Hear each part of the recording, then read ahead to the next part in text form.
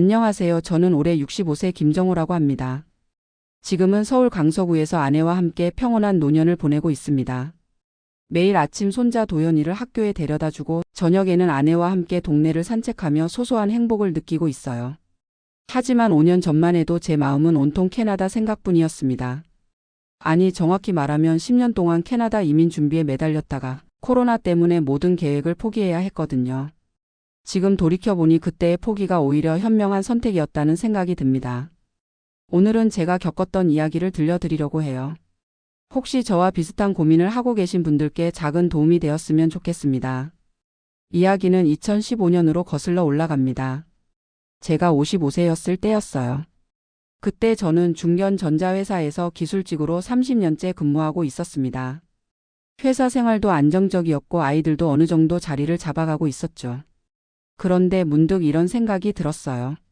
앞으로 10년 후 정년퇴직하면 뭘 하며 살아야 할까? 이 좁은 한국에서 답답하게 늙어가는 것 말고 다른 선택은 없을까? 그러던 중 회사 동료가 가족 여행으로 캐나다 토론토를 다녀왔는데 그 이야기를 듣고 완전히 매료되었습니다. 깨끗한 공기, 여유로운 생활, 노인들을 존중하는 문화, 무엇보다 의료비 걱정 없는 복지 시스템이 너무 부러웠어요. 저도 직접 확인해보고 싶어서 2015년 여름 휴가를 이용해 아내와 함께 캐나다 토론토로 여행을 떠났습니다. 정말 감동적이었어요. 공원에서 여유롭게 책을 읽고 있는 할아버지 할머니들, 손자 손녀와 함께 자전거를 타는 모습들을 보니 이런 곳에서 노년을 보내면 얼마나 행복할까 하는 생각이 들었습니다. 토론토 한인타운도 가봤는데 이미 정착한 한국인들이 꽤 많았어요. 현지에서 만난 60대 한국분이 그러더라고요. 한국에 있을 때보다 훨씬 자유롭고 스트레스 없이 산다고. 의료비 걱정도 없고 자연환경도 좋고 무엇보다 나이 든 사람을 존중해주는 문화가 좋다고 했습니다. 여행에서 돌아온 후 본격적으로 이민을 고려하기 시작했어요. 인터넷으로 캐나다 이민 정보를 찾아보니 투자이민이라는 것이 있더라고요. 특히 퀘벡 투자이민은 나이나 영어 실력에 크게 제약받지 않고 일정 자산만 있으면 신청할 수 있다고 했습니다. 당시 조건을 보니 순자산 20억 원 정도가 필요했는데 저희 집 아파트와 적금, 주식을 합치면 충분히 가능한 수준이었어요.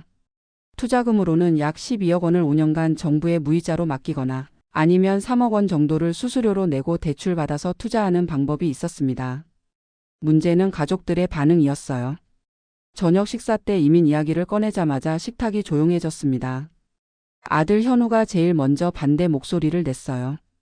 아버지 나이에 무슨 이민이냐, 한국에서 편하게 지내시면 되지 굳이 고생할 필요가 있느냐고 했습니다. 딸 혜진이도 걱정이 많다는 표정이었어요. 언어도 안 통하는데 어떻게 병원도 가고 생활하시려고 하느냐, 만약에 몸이 아프면 어떻게 하시려고 그러느냐고 물었습니다.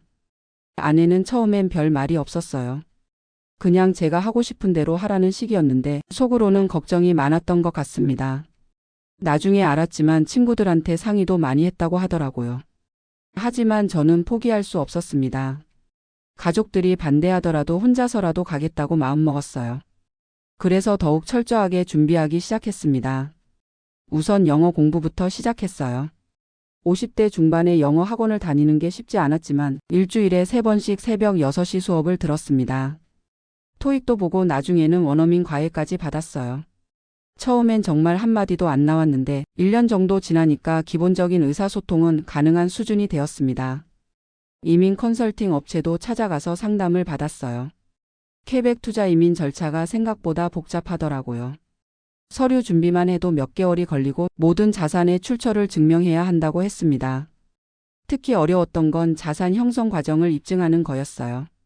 30년 넘게 회사 다니면서 모은 돈, 부모님께서 물려주신 재산, 부동산 투자로 번 수익까지 모든 것을 서류로 증명해야 했습니다.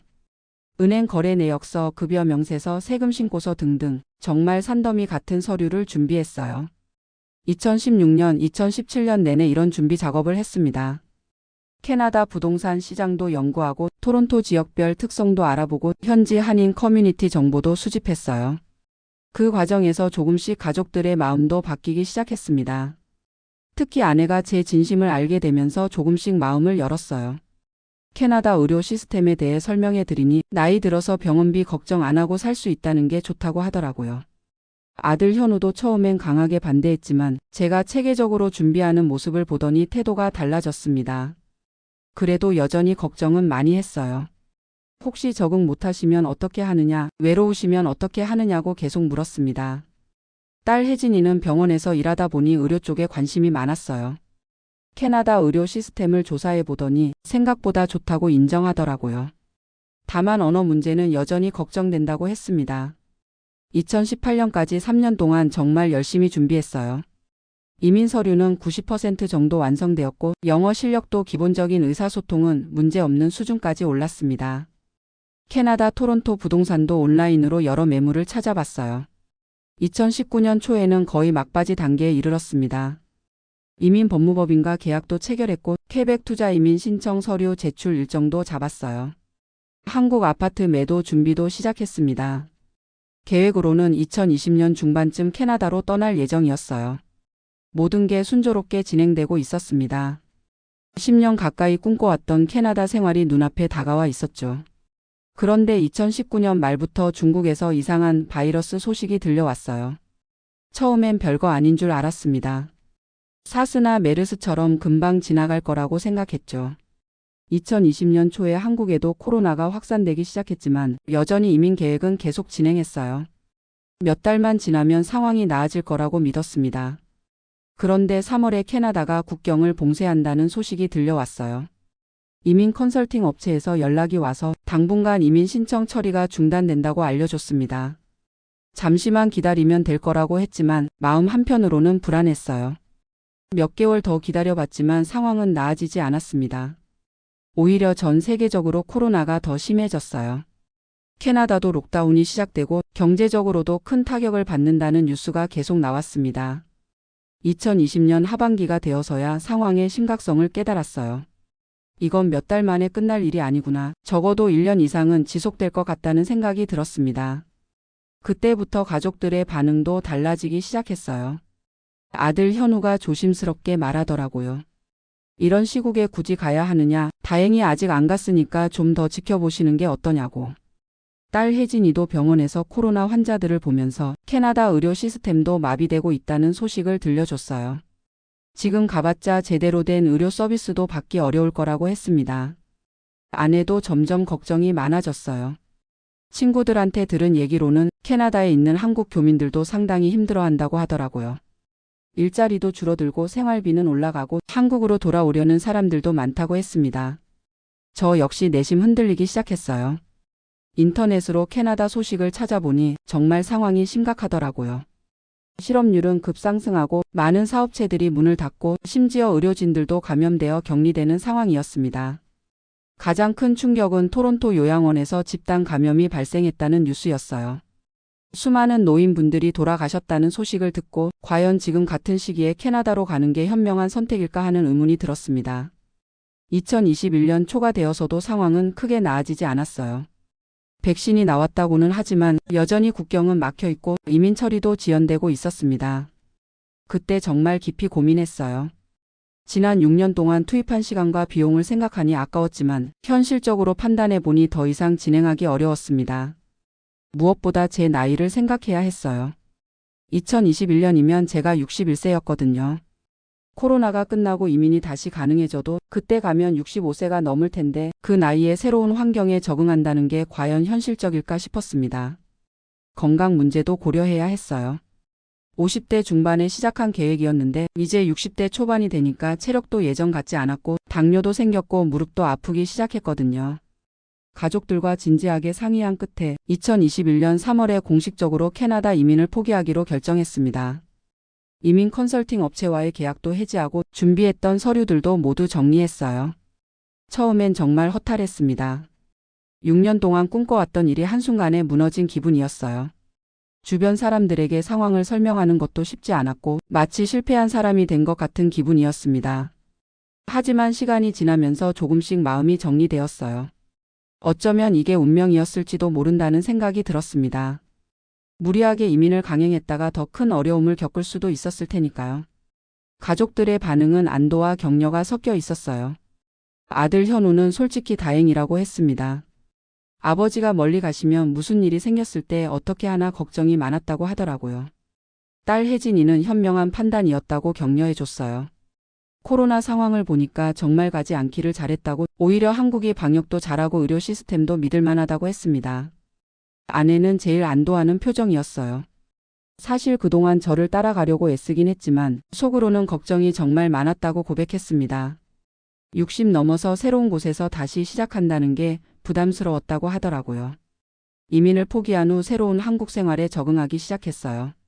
매도하려고 했던 아파트에 계속 살면서 동네 주민들과의 관계도 다시 가꿔나갔습니다. 무엇보다 손자 도연이와 보내는 시간이 늘어난 게 좋았어요. 2021년에 태어난 도연이를 처음 안았을 때 만약 캐나다에 갔다면 이 소중한 순간을 놓쳤을 거라는 생각이 들었습니다. 지금 도연이는 8살이 되어 초등학교 2학년이에요. 매일 아침 학교에 데려다주고 저녁에는 숙제도 봐주고 주말에는 함께 공원에 가서 놀아줍니다. 이런 소소한 행복이 캐나다에서의 화려한 생활보다 훨씬 값지다는 걸 깨달았어요. 아들 현우와의 관계도 훨씬 가까워졌습니다. 이미 문제로 갈등이 있었는데 포기한 후에는 오히려 더 자주 만나고 대화하게 되었어요. 며느리 소영이도 시아버지가 멀리 안 가셔서 다행이라고 했습니다. 딸 혜진이와도 전보다 훨씬 많은 시간을 보내게 되었어요.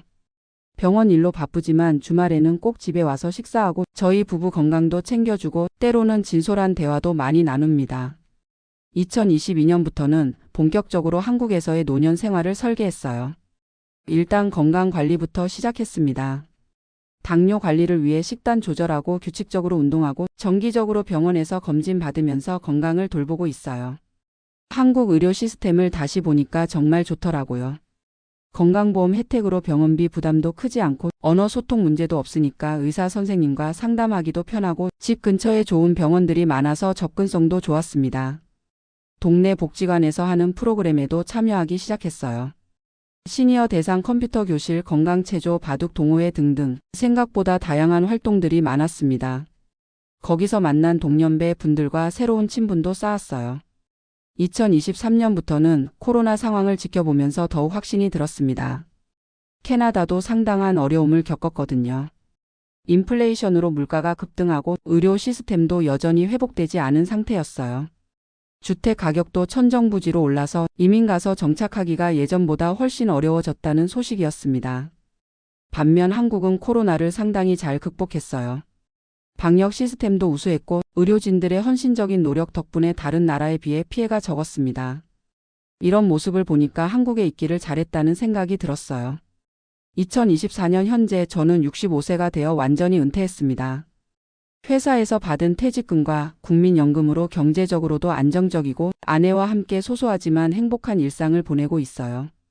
아침에 일어나면 먼저 도연이를 깨워서 아침밥을 먹이고 학교에 데려다 준 후에는 아내와 함께 시장도 보고 산책도 합니다.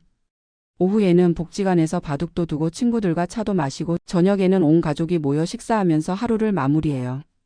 특히 손자 도연이와 보내는 시간이 정말 소중합니다. 한글도 가르쳐주고 한국 전통 문화도 알려주고 함께 박물관이나 과학관에 가서 구경하기도 해요. 만약 캐나다에 갔다면 이런 소중한 순간들을 모두 놓쳤을 거예요. 요즘 가끔 생각해 봅니다. 과연 그때 무리해서 캐나다에 갔다면 어땠을까? 코로나 상황도 그렇고 나이도 더 많이 들었을 텐데 과연 잘 적응할 수 있었을까 싶어요. 언어 문제도 여전히 큰 장벽이었을 것 같고 의료진과의 소통도 어려웠을 테고 문화적 차이로 인한 스트레스도 만만치 않았을 거예요. 무엇보다 가족들과 떨어져 있었다면 정말 외로웠을 것 같습니다. 지금 한국에서의 생활을 돌아보니 생각했던 것보다 훨씬 만족스럽습니다. 한국의 노인복지 제도도 많이 발전했고 의료 시스템도 믿을 만하고 문화생활을 즐길 수 있는 기회도 많아요. 무엇보다 가족들과 함께 있을 수 있다는 게 가장 큰 행복입니다. 아들 며느리가 아픈 일이 있으면 바로 달려갈 수 있고 딸이 힘든 일이 있으면 언제든 상의할 수 있고 손자가 보고 싶으면 언제든 만날 수 있어요. 건강 문제도 생각해보니 한국에 있는 게 훨씬 낫더라고요. 단골 병원도 있고 의사 선생님과도 소통이 원활하고 응급 상황이 생겨도 가족들이 바로 도와줄 수 있으니까요. 경제적인 면에서도 한국이 더 효율적이에요. 퇴직금과 국민연금으로 충분히 생활할 수 있고 의료비 부담도 캐나다보다 훨씬 적어요. 환율 변동 걱정도 없고 투자 손실 위험도 없으니까 안정적입니다. 요즘은 비슷한 고민을 하는 지인들에게 조언을 해주기도 해요. 물론 젊은 나이에 이민을 가는 것과는 다르지만 50대 중반 이후에 이민을 고려할 때는 정말 신중해야 한다고 말씀드립니다. 특히 가족 관계를 잘 생각해 보라고 해요. 자녀들과 손주들과의 관계, 배우자의 의견, 부모님 부양 문제까지 모든 걸 종합적으로 고려해야 한다고 조언합니다. 건강 문제도 중요하다고 강조해요. 나이가 들수록 의료진과의 소통이 중요한데 언어 장벽이 있으면 정말 어려울 수 있거든요. 응급 상황에서는 더욱 그렇고요. 경제적인 면도 꼼꼼히 따져보라고 해요. 단순히 환율로만 계산하면 안 되고 현지 생활비, 의료비, 세금, 부동산 가격 등등 모든 걸 현실적으로 계산해 봐야 한다고 말씀드립니다. 무엇보다 중요한 건 마음가짐이라고 생각해요. 어디에 살든 결국 본인이 어떤 마음으로 사느냐가 가장 중요하거든요. 외국에 산다고 해서 자동으로 행복해지는 건 아니고 한국에 산다고 해서 불행한 것도 아니에요. 저는 이제 캐나다 이민에 대한 아쉬움은 완전히 털어냈습니다. 대신 한국에서의 남은 인생을 더욱 의미 있게 보내려고 해요. 가족들과 더 많은 시간을 보내고 건강을 잘 관리하고 지역 사회에도 기여할 수 있는 일들을 찾아서 하고 있어요. 최근에는 복지관에서 컴퓨터 초보자들을 가르치는 봉사활동도 시작했어요. 제가 그동안 쌓은 경험과 지식을 다른 분들과 나누는 게 보람 있더라고요. 이런 작은 기여들이 모여서 더 나은 사회를 만드는 것 같아서 뿌듯합니다. 손자 도연이가 자라는 모습을 지켜보는 것도 큰 기쁨이에요. 한국어도 가르쳐주고 전통 문화도 알려주고 할아버지로서 해줄 수 있는 역할들을 찾아서 하고 있어요. 이런 순간들이 캐나다에서의 화려한 생활보다 훨씬 값지다고 생각합니다. 마지막으로 저와 비슷한 고민을 하고 계신 분들께 말씀드리고 싶어요. 물론 이민이 나쁘다는 건 아닙니다. 각자의 상황과 조건에 따라 최선의 선택이 다를 수 있어요. 다만 중요한 건 현실적으로 판단하는 거예요. 로맨틱한 환상보다는 냉정한 현실을 보고 가족들의 의견도 충분히 들어보고 무엇보다 나이와 건강 상태를 솔직하게 평가해 보세요. 계획도 중요하지만 때로는 계획을 포기하는 것도 지혜입니다. 저는 10년 동안 준비했던 캐나다 이민을 포기했지만 지금 이 순간이 제 인생에서 가장 평온하고 행복한 시기라고 생각해요. 어디에 살든 가족과 함께하고 건강하게 지내고 작은 것에도 감사할 줄 아는 마음이 있다면 그곳이 바로 천국이 아닐까 싶습니다. 코로나로 인해 포기하게 된 캐나다 이민이지만 지금 돌이켜보니 오히려 현명한 선택이었다고 생각합니다. 남은 인생을 한국에서 가족들과 함께 의미 있게 보내겠습니다. 감사합니다.